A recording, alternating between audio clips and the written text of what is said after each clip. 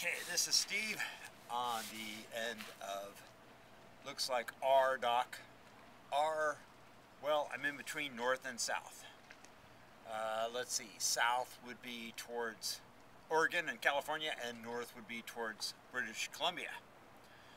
If you're from this particular GPS coordinate, this is Shill Shoal Marina, and we're looking at a very, very cool sunset, which we get regularly this time of year because of cloud patterns, and it looked like rain this morning, which it does a lot, and then it clears up and it's a gorgeous day and the wind is out and people are sailing and they're kind of coming and going, and I'm on the end of R dock, right next to S dock, where my crazy Salvador Dali 30-foot Owens cabin cruiser lies waiting for me to take another nap. I'm here to talk about a couple of emails that a friend of mine named Kim Willis, that would be Kim, K-I-M, and then Willis, W-I-L-L-I-S. You can probably look him up on the internet if you like, and even join him if you feel like, although he's kind of new to the game, but he's making a whole bunch of money, like in the six-figure category, multiple six-figure. And he wrote a couple of emails over the last week, one of which sort of put me in front of Steve Jobs and Matt Lloyd. So it was Steve, and then Steve Jobs, and then Matt Lloyd, and it was all about sex, which is an interesting topic when it comes to talking about Steve Jobs and Matt Lloyd. Matt has made tens of millions of dollars as a protege of Jonathan Budd, who I've known for many years and challenged to a little contest to see who could get to 100,000 followers on Twitter first. Well, he's still around 33,000, but he's made a whole bunch of money because he's kind of been busy, and I'm up close to 3 million. Now, what I'm going to demonstrate for him is that the fact that he made quite a bit of money while I was just working on the framework and the pay it forward and the don't worry about the money, just move forward with building framework type of a thing, I'm going to make more money than he has. And one of his proteges is Matt Lloyd, who's made maybe more money than Jonathan has, or as much, in a shorter period of time. And he's from Perth, Australia, the southern part of Australia, and he has his own protege named Kim Willis. And Kim wrote an email comparing myself, with 35 years of experience doing all this crazy stuff, to Steve Jobs with not quite as much experience as I have, and he's dead now because he got pancreatic cancer, and himself, and Matt Lloyd, who is his mentor, who's done 30 or 40 million dollars in the last couple of years. Pretty astonishing story for a protege of John Budd. And Kim has made $1 million or more himself, just promoting Top Tier, which is selling large products over and over from anywhere he chooses over in the Eastern Hemisphere. He hangs out in Thailand, he goes to Indonesia, he goes back to Australia. Wherever he goes, he takes his internet with him, and he makes another $100,000 or $200,000 every single month. And he kind of moons the world, laughs at them, and says, why don't you listen to Matt Lloyd and Jonathan Budd? And one day he sort of caught up to me and said, this guy is a nutter. He talks about sex, and he talks about leverage, and he talks about things I've never even heard from my two mentors, Matt Lloyd and Jonathan Budd, who have been extremely successful in the industry and who I know personally. Both of them are on my Facebook list as well as my Skype list and some other lists. I'm pretty well connected. I know thousands, literally thousands of network marketers and internet marketers who make a great deal of money, and I've been connected with them for a very long time, 30 years or more.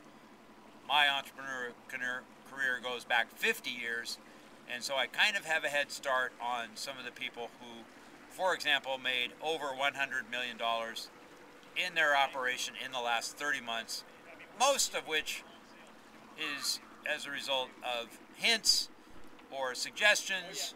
I didn't do any of the work. I just suggested technology that I just said to on Skype.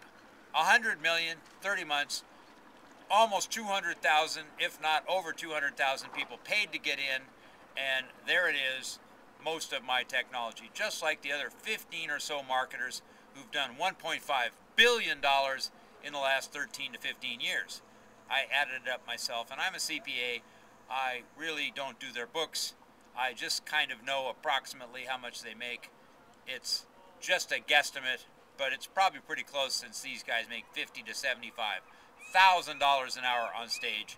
And one of them, for example, has 40,000 subscribers to a $39.95 per month newsletter, which makes him a net of 1.6 million minus whatever commissions other people who've promoted that get to keep.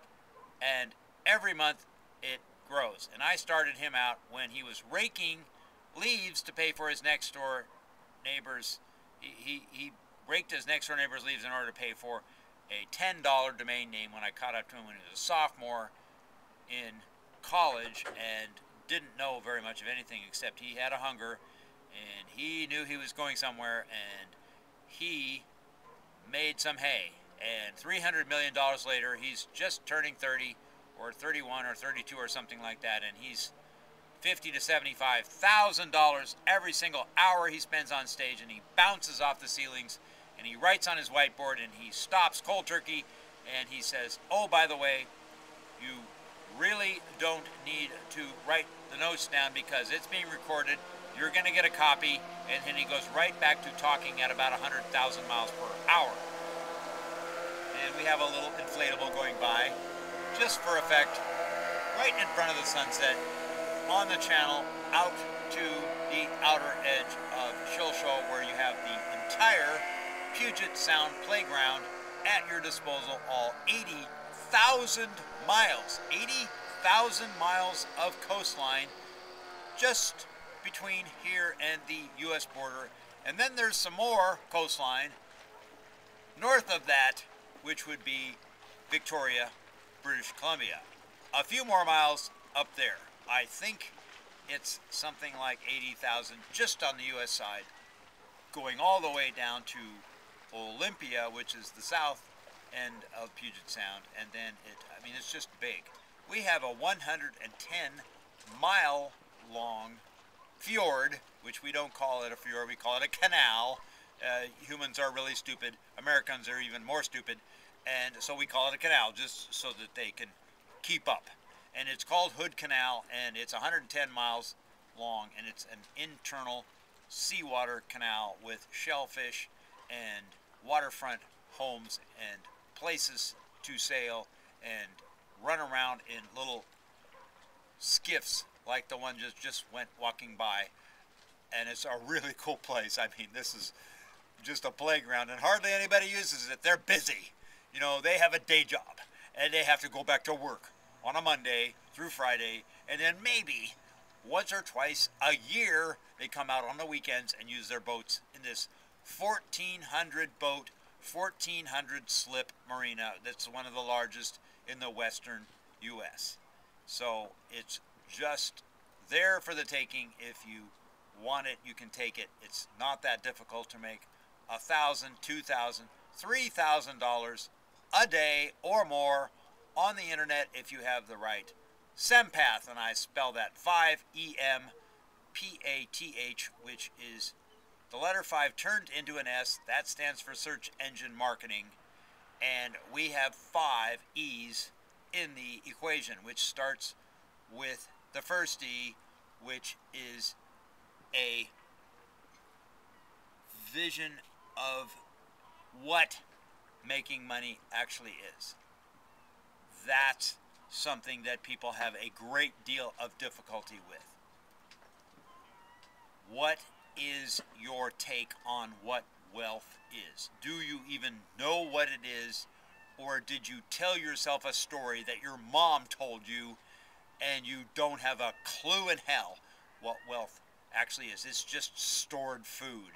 It can do Hitler stuff, and it can do Sir Richard Branson stuff. It's just benign. And that's your first M mindset. And then you need a mission. And that means something big, something pure, something true, something that people warm up to, like the world's ocean systems that are failing.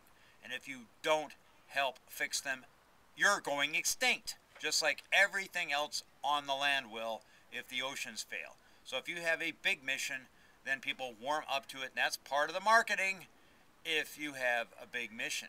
If you don't, if you're just lining some golden parachute for your CEO pay, that's not going to do the marketing any favors. That's the second M, is mission. And then you need a model, and the models all suck. I mean, they're horrible.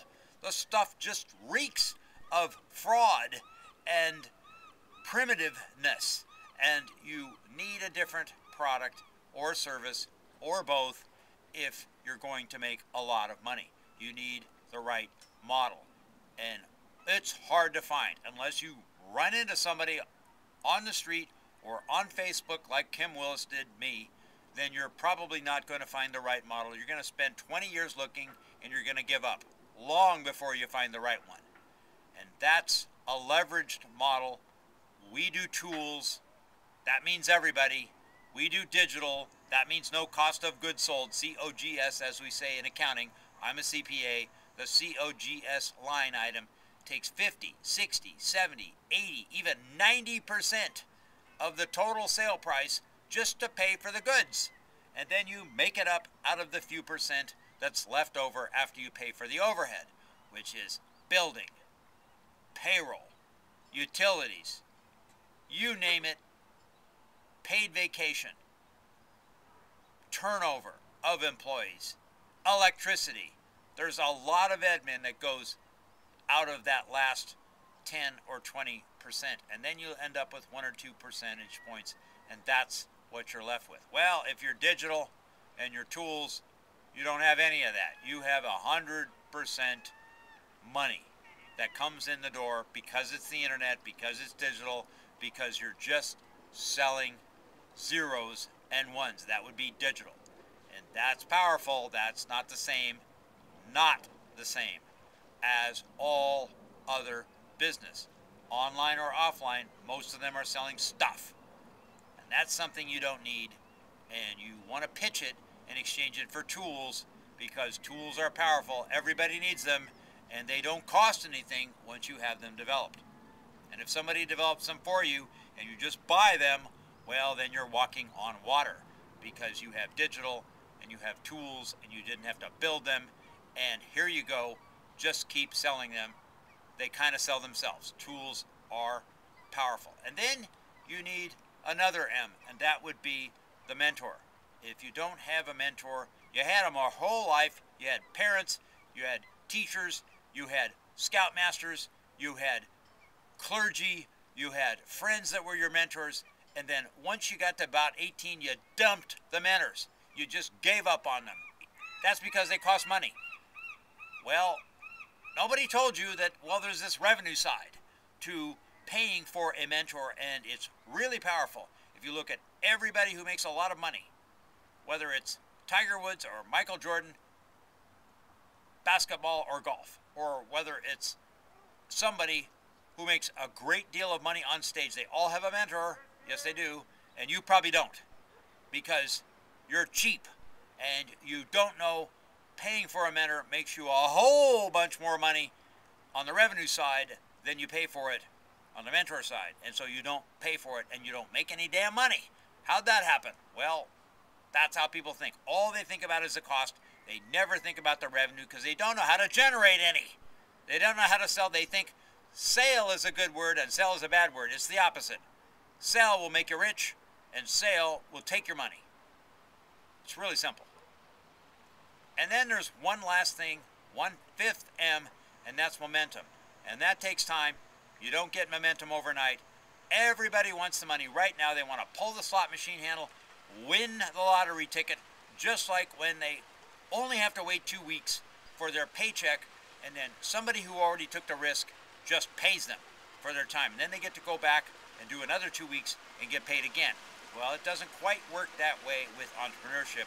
You have to wait a little bit longer, but the rewards are way bigger, and you end up with sovereignty instead of slavery, which is what you get when you trade time for money and work for somebody else.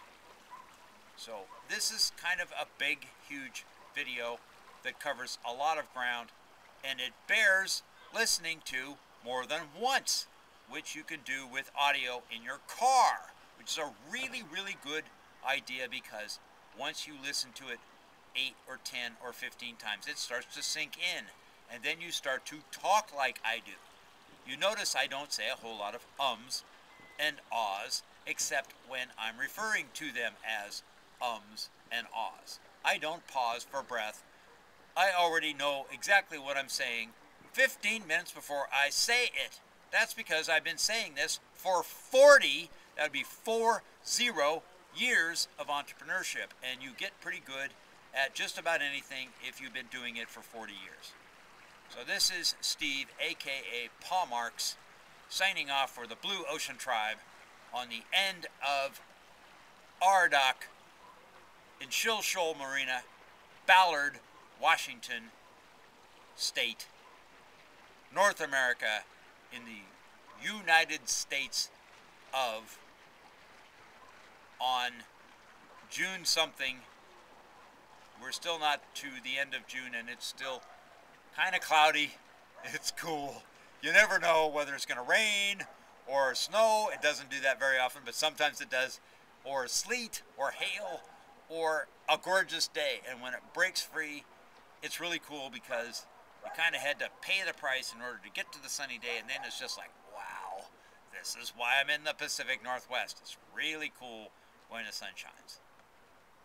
Pawmarks signing off.